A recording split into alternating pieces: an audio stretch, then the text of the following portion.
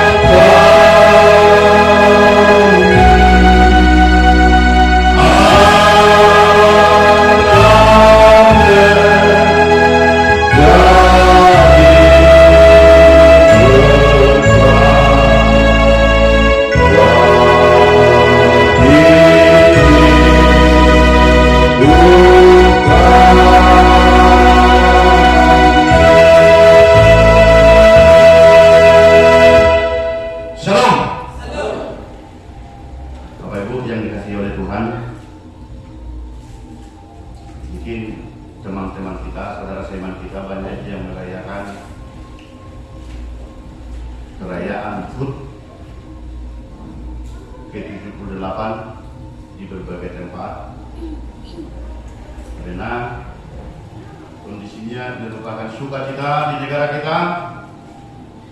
Beberapa hari yang lewat 17 Agustus di berbagai tempat di negara Kesatuan Republik Indonesia melaksanakan pesta besar, yaitu perayaan hari ulang tahun Republik Indonesia. Biasanya beberapa tahun yang lewat, seperti yang sudah kami terapkan melalui itu di gereja kita, tetap kita laksanakan ibadah dan melaksanakan berbagai keramaian untuk anak-anak dan BNB, demikian juga untuk orang tua. Tetapi di 17 kemarin kita tidak laksanakan. Kami yakin semua kita sangat merindukan dan merayakan di rumah kita masing-masing. Dari itu kita ambil suatu hikmat bahwa kemerdekaan itu merupakan suatu yang kita syukuri, kalaupun tidak kita sama-sama berkumpul di gereja kita 17 Agustus kemarin. Dari itu Bapak Ibu, buktikan semangatmu, kalaupun kami sapa dari depan, merdeka! Merdeka! Wah, banyak yang tidak merdeka nampaknya ini. Tidak serius jawabnya, apalagi PNB mungkin ada ini mungkin istilahnya itu merasa kurang merdeka secara pikiran. Yang menjadi penting kita ketahui secara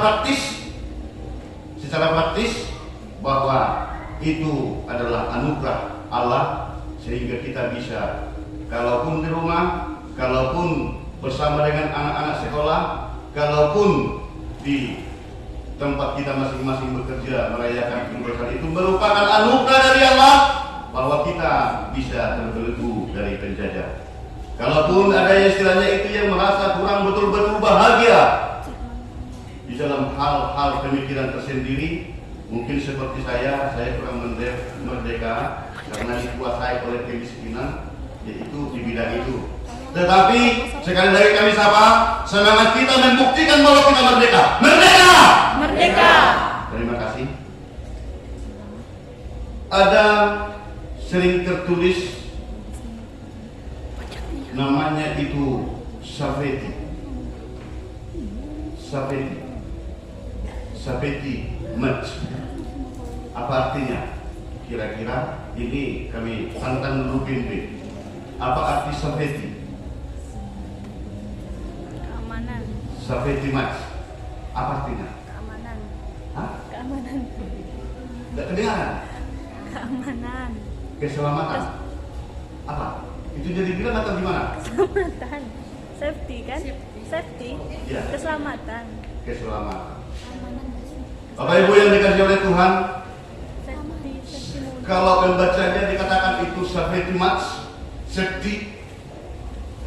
Saya lihat di berbagai perusahaan besar, Keamanan. selalu kita lihatkan itu Keamanan kan? tertulis besar-besar di pintu masuk, di tempat pekerjaan, dan di belakang mau pulang selalu tertulis itu safety match. Perkembangan daripada kata-kata itu bisa kita lihat safety, keselamatan. Match adalah pertandingan. Bahkan kalau ditanya terhadap perusahaan-perusahaan besar, apa artinya ini? Mereka rata-rata mengatakan utamakan keselamatan kerja, itu artinya Pak. Itu artinya. Bapak Ibu saudara seiman dalam nama Tuhan Yesus Kristus, kira-kira seperti itu ada hubungannya dengan yang terjadi di tahun 1993. Saya selalu ingat itu. Saya tetap ingat di suatu perusahaan besar kami bekerja untuk merangkai aliran listrik di perusahaan yang begitu besar ini. Ini tahun 1993. Perusahaan ini ada yang lokasinya sampai 5 sampai 7 lantai, memasang listrik lah, aliran listrik lah kami di seluruh ruangan atau bangunan di perusahaan yang besar tadi. Perusahaan itu adalah perusahaan alkohol, perusahaan yang begitu besar di negara kita. Ternyata pimpinan perusahaan sudah menyiapkan safety, termasuk itu harus memakai helm dan memakai sepatu yang agak tebal, anti atau ya istilahnya itu yang dikatakan safety untuk sepatu supaya jangan bisa termakan listrik. Dan kalau memanjat selalu diwajibkan itu membawa tali. Kalau kita lihat tukang keren, kalau mereka itu manjat selalu diikuti, diikat, naik lagi, diikat lagi. Suatu ketika Bapak Ibu, pekerjaan kami ini adalah memperbaiki tower yang ada di perusahaan itu, sehingga kami berangkat dari camp. Biasanya 7:30 sudah standby di lokasi setelah selesai meeting. Karena saya di saat itu fungsi saya adalah seorang helper ataupun bisa dikatakan connect. Jadi saya tidak ikut naik ke atas, hanya memberikan perlengkapan yang mau dipasang di atas. Ada sekitar panjangnya Bapak Ibu sekitar 12 meter ke atas.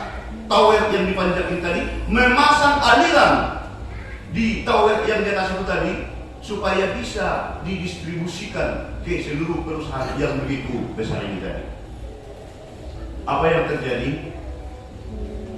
Ada teman saya yang ahlinya dan ada kami satu grup di saat itu 6 orang.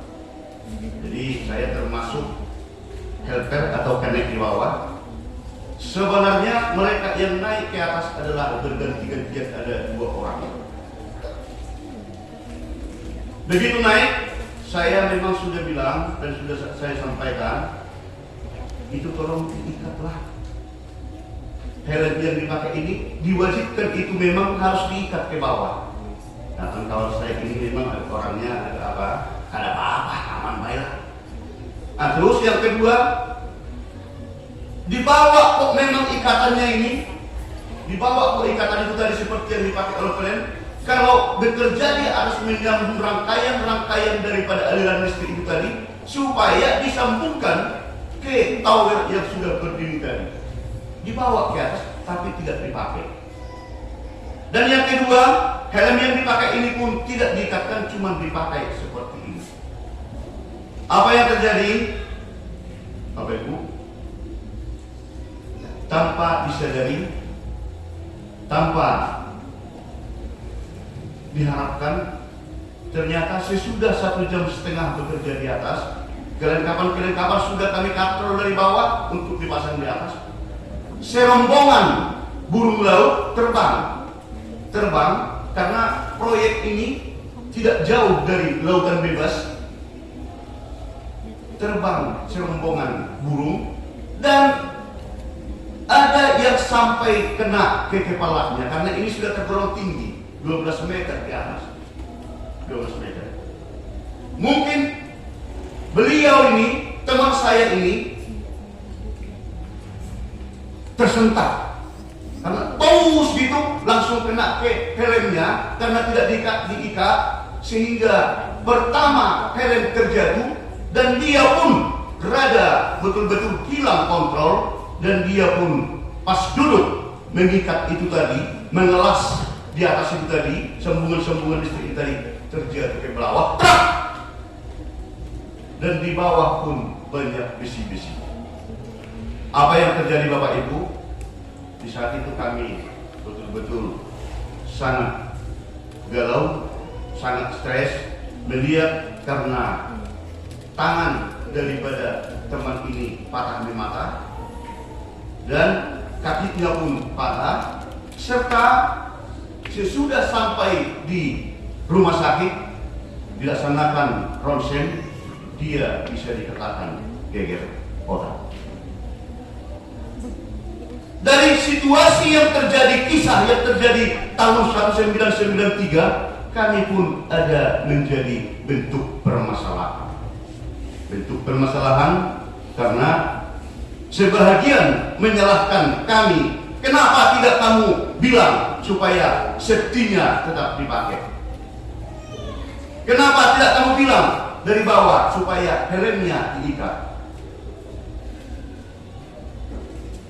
Kondisi itu memang ada kisah kejadian tahun 1993. Bapak Ibu yang dikasihi Tuhan, bahwa di situ artinya di dalam setiap pekerjaan, di dalam setiap hal yang kita laksanakan, penting itu keselamatan.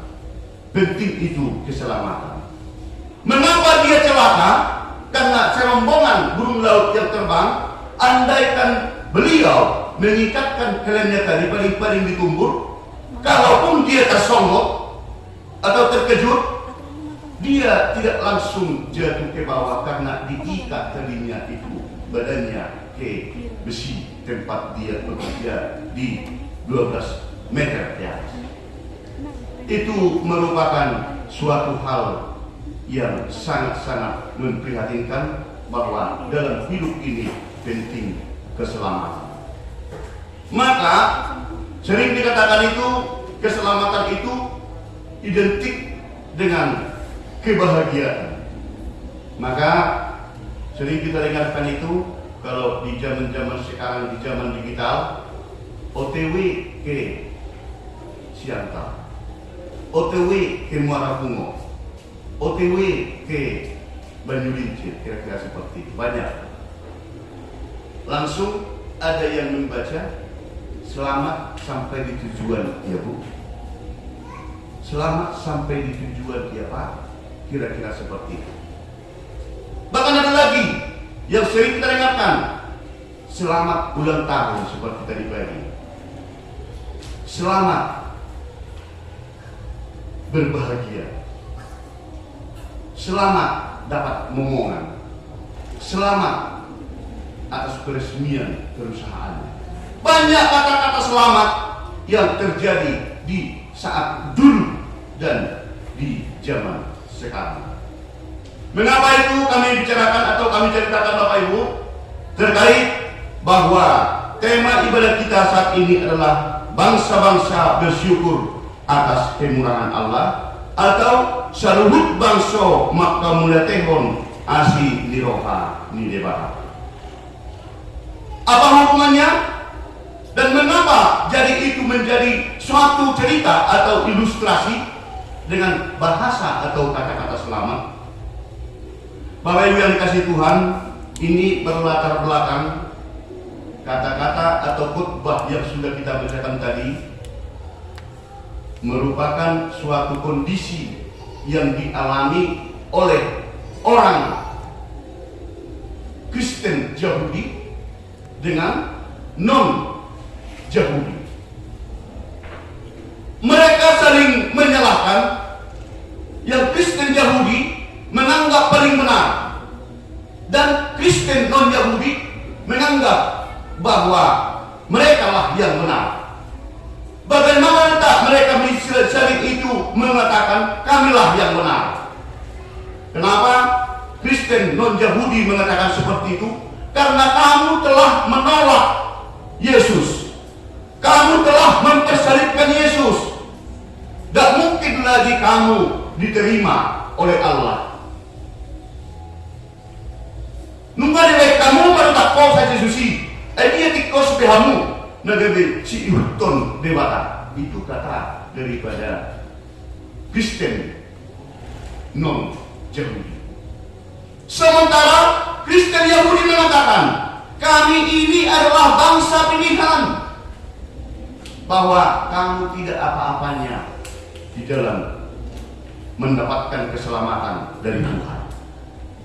Kamu tidak mungkin selamat karena Tuhan telah memilih bangsa Israel, bangsa Yahudi menjadi bangsa pilihan Allah. Di sini latar belakangnya Bapak Ibu seperti uraian daripada khotbah yang kita bacakan juga. Pertikaian mereka begitu tegang, pertikaian mereka begitu keras, sama seperti kondisi-kondisi yang kita dengarkan seperti sekarang. Maka kita tersadar, apalagi di Bapak Ibu atau muda-mudi yang pegiat-pegiat sosial, melihat daripada kondisi-kondisi sekarang, melihat daripada situasi pertikaian yang begitu banyak sekarang, ini ternyata zaman dulu pun rupanya seperti itunya situasinya. Alkitab mengatakan bahwa itu kejadian yang dialami oleh Kristen, Yahudi dan non-Yahudi. Mereka saling bersekongkol, mereka saling tegang mengatakan kami yang betul, kamu tidak bakalan bisa lagi diselamatkan oleh Allah. Mereka saling kuat. Maka apa yang terjadi Bapak Ibu? Berdampaklah ini ke jemaat Roma.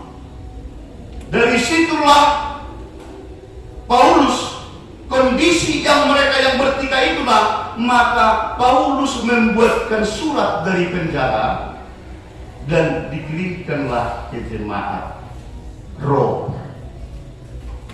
Itu latar belakangnya. Itu yang menjadi asal muasal daripada khotbah yang kita bacakan tadi. Maka dikatakan, maka aku bertanya, adakah Allah mungkin telah menolak umatnya? Sekali-kali tidak, karena aku sendiri pun orang Israel dari keturunan Abraham, dari suku Benjamin. Di sini Paulus mempertegas yang sebelumnya dia dipakai Allah menjadi rasul, yang sebelumnya dipakai Allah dia menjadi penyebar kasih karunia, penyebar kasih yang dari Tuhan, penyebar agama Kristen. Maka di situ dia membuatkan suatu kesaksian. Saya sah orang Israel dari nenek moyang saya, dari Abraham dan marga Benjamin. Saya bangga dengan kondisi yang seperti itu. Tetapi begitu saya bertemu dengan Yesus, semakin lengkaplah yang bisa saya buktikan sesuai dengan ajaran kasih karunia dari Tuhan. Kesaksian daripada Paulus yang sebelumnya namanya adalah, kita sudah sama-sama mengetahui siapa Paulus. Yang tadinya namanya sebelum Paulus masih Saulus. Dia membuktikan, dia menyaksikan di mana ada pengikut Kristus, di mana ada pengikut Kristen tadinya, saya selalu mengejar. Saya selalu bahkan melaksanakan hal-hal yang tidak sesuai dengan norma-norma kehidupan. Dengan jiwa yang begitu keras, dia begitu anti awalnya di saat dia masih bernama Saulus, tetapi begitu datang kasih karunia Allah, dia bisa ditangkap dan bukan ditolak, tetapi justru disitulah keluar biasaan daripada Allah yang disaksikan oleh Paulus terhadap jemaat di Roma. Maka dikatakan, maka aku bertanya, adakah Allah mungkin telah menolak umatnya? Sekali-kali tidak, karena Allah sendiri orang Israel, karena aku sendiri orang Israel dari keturunan Abraham, dari suku Benjamin. Allah tidak menolak umatnya yang dipilihnya. Dari situ tadi, tebakan daripada Kristen non-Yahudi mengatakan, tidak mungkin lagi kamu diselamatkan oleh Allah. Kalaupun kamu mengatakan dan rajin untuk beribadah, tidak mungkin lagi kamu diselamatkan oleh Allah. Inilah yang disaksikan oleh Paulus terhadap mereka. Oh bukan, saya orangnya yang bisa dikatakan orang lain yang mengejar orang-orang yang percaya kepada Kristus, orang-orang yang mengaku Kristen. Saya selalu memburu, bahkan melaksanakan pembunuhan dan menyakiti orang-orang Kristen. Tetapi itu menjadi suatu hal yang dipertegas oleh Paulus. Tidak benar bahwa Allah menolak orang-orang. Tetapi bagaimanapun latar belakangnya, bagaimanapun kronologisnya, dan bagaimanapun sepak terjangnya, jikalau mau diselamatkan, bahwa tidak ada pilihan lain. Tidak ada pilihan lain. Allah tidak menolak, dan melalui anaknya Tuhan Yesus Kristus, kasih sayangnya sudah diperlengkapi, bahkan sampai di kayu salib. Itu merupakan pengorbanan yang dilakukan oleh Allah terhadap orang yang percaya dan mau untuk diselamatkan. Sebab Allah tidak menyesali kasih karunia dan panggilannya.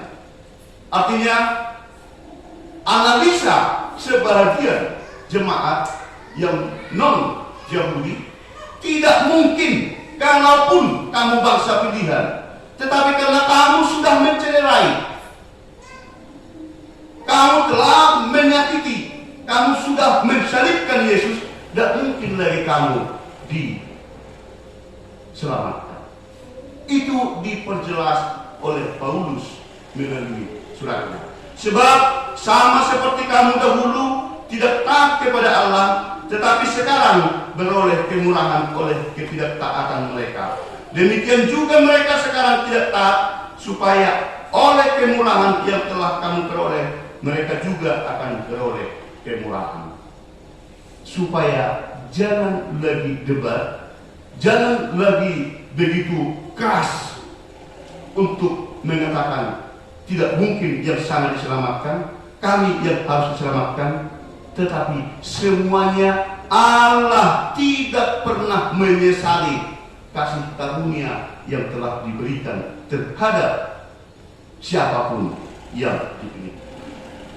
Bapak Ibu yang dikasihi oleh Tuhan, seturut dengan yang sudah kita terangkan tadi, ada beberapa hal yang menjadi pegangan kita untuk meneguhkan iman percaya kita kepada Tuhan.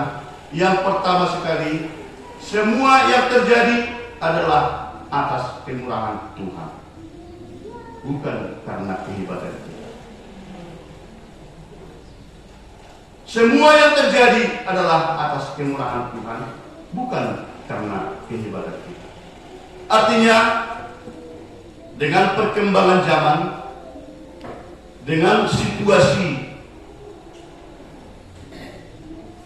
pemikiran manusia yang semakin cepat, dengan cara pandang yang semakin berbeda dengan cara yang dulu, di sini melalui khotbah kita dipertegas, semua yang terjadi adalah atas kemurahan Tuhan. Artinya, maaf Bapak Ibu, saya agak geli melihat ada panglima di sana, ada panglima di sini, ada panglima dari sana dengan suku yang lain. Ribut di sana, selalu mau ngajak tanding melalui medsos, bahwa semua mengakui kami paling hebat, kami paling hebat. Dan ini melalui media sosial luar biasa. Begitu juga di tempat kelahiran kita di Sumatera Utara sana, begitu banyak yang saling berkomplain, begitu banyak yang merasa tegang. Ada di sana membuat kalian seperti ini, sudah langsung mau ada jotos dan ribut melalui media sosial seperti sekarang. Kembali firman Tuhan mengajari kita bahwa semua yang terjadi itu adalah merupakan kemurahan dari Tuhan, bukan karena kehebatan kita. Kalaupun kita bisa diberikan kesempatan untuk mengikuti perkembangan zaman, untuk mengikuti daripada zaman digital, atau mengikuti ekonomi yang semakin mapan dan semakin bagus, dan bisa kita mengarah menjadi orang yang kaya, bahwa mari kita kembali ke ajaran Kristen yang benar. Kita percayakan bahwa itu adalah semuanya atas kemurahan Tuhan, agar Tuhan semakin memberkati, bukan karena kehebatan kita maka kita bisa seperti itu. Yang pertama Bapak Ibu. Dan yang kedua, Allah tidak mau menolak seluruh orang yang percaya kepadanya dan yang mau diselamatkan. Yang mau diselamatkan. Bagaimana kita supaya berpengharapan? Bagaimana kita bisa supaya bisa yakini? Dan bagaimana bisa kita menjadi pewaris keselamatan yang akan diberikan Tuhan kepada kita? Tidak terlalu sulit Bapak Ibu. Kalau sudah terlanjur ada kehilapan, tindakan-tindakan perlakuan kita di saat-saat yang lewat, maka saat ini kita diajak, mari kita tinggalkan perbuatan-perbuatan yang tidak sesuai dengan kebenaran, dan kita yakinlah bahwa benar-benar Allah tetap memberikan kasih karunia kepada kita, dan kita tidak pernah ditolak. Maka dikatakan bangsa-bangsa bersyukur atas kemurahan Allah. Jadi kalau pikiran kita, oh iya juga ya, tidak mungkin diselamatkan mereka. Contoh, andaikan saya orang Yahudi, tadinya saya ikut menolak Yesus dan saya ikut menyelipkan Yesus, bahkan mungkin saya ikut membuatkan lelucon-lelucon. Kalau pikiran saya berkata, tidak mungkinlah saya juga diselamatkan. Itu mungkin pikiran saya. Tetapi khotbah ini mengatakan bahwa Allah tetap merangkul, Allah tetap memegang, dan Allah tetap menyelamatkan orang yang percaya kepada Allah melalui anaknya Tuhan Yesus Kristus yang sudah dikorbankan untuk menyelamatkan kita dan melaksanakan perintah yang sudah diajarkan kepada kita. Yang ketiga, mari melalui khotbah ini kita diajak dan kita dipertegas karena segala sesuatunya itu adalah kemurahan Tuhan. Semuanya itu adalah anugerah dari Tuhan, dan Allah tidak membiarkan kita bagaimanapun kemelut dan pergumulan kita. Tuhan akan tetap menyelamatkan kita asal kita setia, loyal untuk mengikuti perintah dan yang sudah Tuhan kehendaki. Maka tetaplah kita ingat bersyukur, bersyukur, bersyukur. Itu yang sangat bertegas. Seperti halnya yang keempat yang dikatakan di Yesaya 30 ayat 15, sebab beginilah firman Tuhan Allah yang Maha Kudus, Allah Israel, dengan bertobat dan tinggal diam, kamu akan diselamatkan dalam tinggal tenang dengan percaya terletak kekuatanmu, tetapi kamu enggan. Bapak Ibu yang dikasihi oleh Tuhan, hal ini sangat menyentuh kepada kita. Kalau kita sudah meninggalkan tingkah cara hidup yang tidak sesuai dengan kehendak Allah, dan kita sudah berserah kepada Tuhan Yesus yang kita percayai, bahwa kita tetap setia mengikuti apa yang dikehendaki oleh Tuhan, apakah hidup kita tetap sehat-sehat? Apakah hidup kita selalu sukses? Apakah hidup kita akan kaya raya? Apakah hidup kita tidak ada problem atau tidak ada gangguan? Allah tidak pernah berkata langit sudah rugi, tetapi Allah mengatakan akan memberikan kekuatan kepada siapa yang mau diselamatkan dan yang percaya kepada Tuhan Yesus. Tuhan Yesus semakin memberkati. Kita nyanyikan firman-Mu berkata.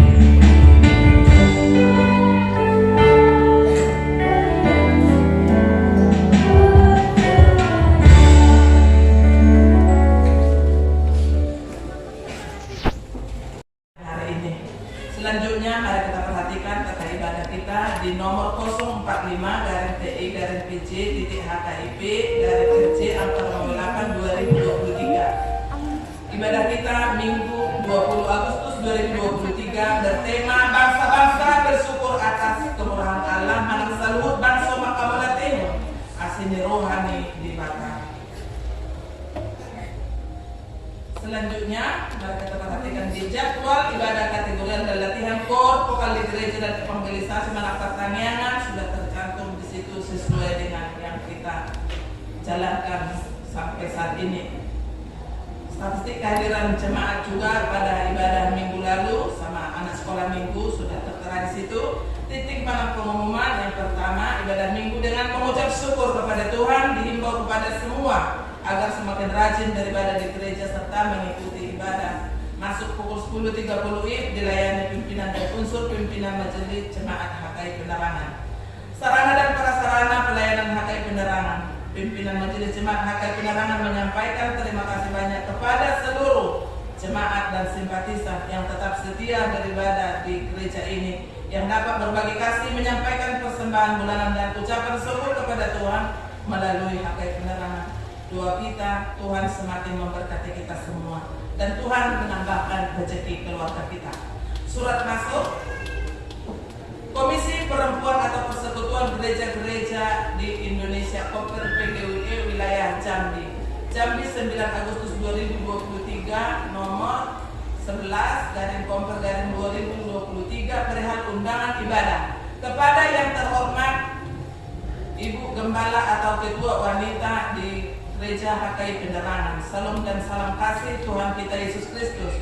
Puji syukur kita panjatkan kehadirat Tuhan Yesus Kristus, kasih dan anugerahnya bagi kita semua, khususnya Komisi Perempuan atau Komper PGWI Jambi semua dalam keadaan sehat. Kami mengundang Ibu Gembala, Ketua Wanita serta anggotanya untuk dapat hadir dalam ibadah rutin Komisi Perempuan serta acara perlombaan dalam memperingati Hari Kemerdekaan RI pada hari tanggal 22 Agustus 2023 pukul 14 sampai 17 WIB, tempat gereja GPIB Maturia Jambi Alam, Jalan Oto Iskandar Dinata, Sulanjana, Kecamatan Jambi Timur, Kota Jambi.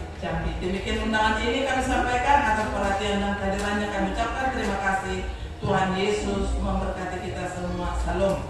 Dalam pelayanannya Ketua Komper PGWI Jambi, PDM Heknu Binowo STH, Sekretaris Komper PGWI Jambi Maya Ratu mengetahui MPH PGWI Jambi ditandatangani dan distempe.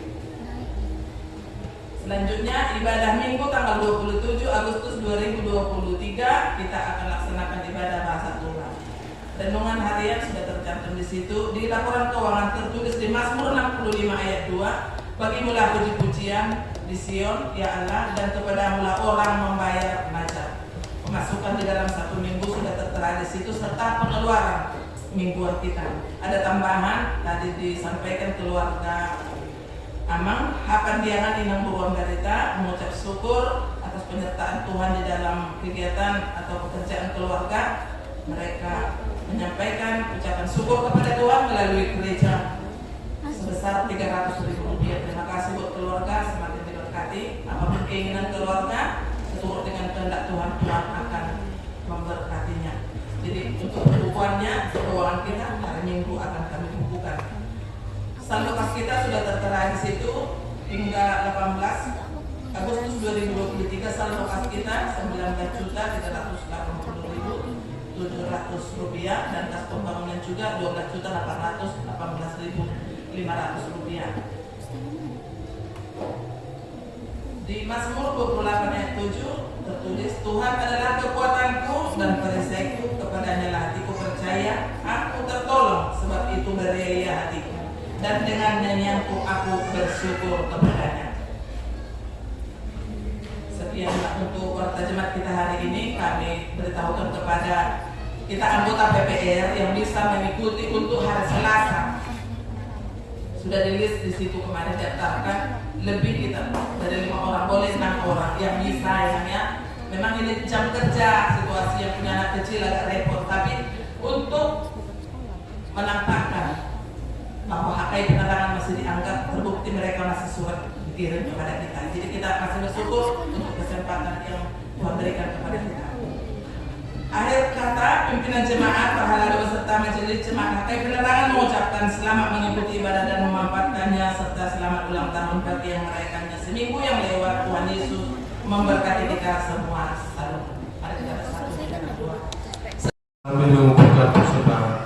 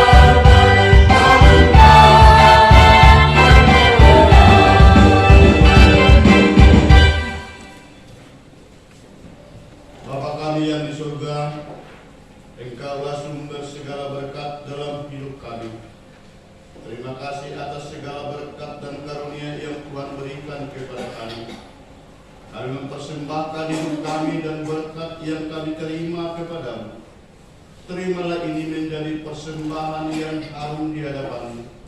Berkatilah persembahan ini dan ajarlah kami mempergunakannya, menyatakan kerajaan-Mu di tengah-tengah gereja-Mu dan untuk dunia ini. Bukalah hati dan pikiran kami, agar kami senantiasa bersukacita untuk memberikan persembahan kudus demi kemuliaan nama-Mu. Amin. Mari kita sama-sama berdoa. Bapa kami yang di surga. Kami yang di surga, dikuduskanlah nama-Mu, datanglah kerajaan-Mu, jadilah kehendakmu di bumi seperti di surga. Berilah kami pada hari ini makanan kami sesungguhnya, Ampunilah kami akan kesalahan kami, seperti kami telah mengampuni yang bersalah kepada kami. Dan janganlah membawa kami ke dalam percobaan, tapi lepaskanlah kami dari yang jahat. Karena Engkau yang mempunyai kerajaan dan kuasa dan kemuliaan sampai selama-lamanya. Amin. Agar kita pulang membawa berkat dari Allah ke rumah kita masing-masing dalam penuh kedamaian. Mari kita sambut dan terima berkat dari Allah. Tuhan memberkati kita dan melindungi kita. Tuhan menyinari kita dengan wajah-Nya dan memberi kita kasih karunia. Tuhan menghadapkan wajah-Nya kepada kita dan memberi kita damai sejahtera. Amin.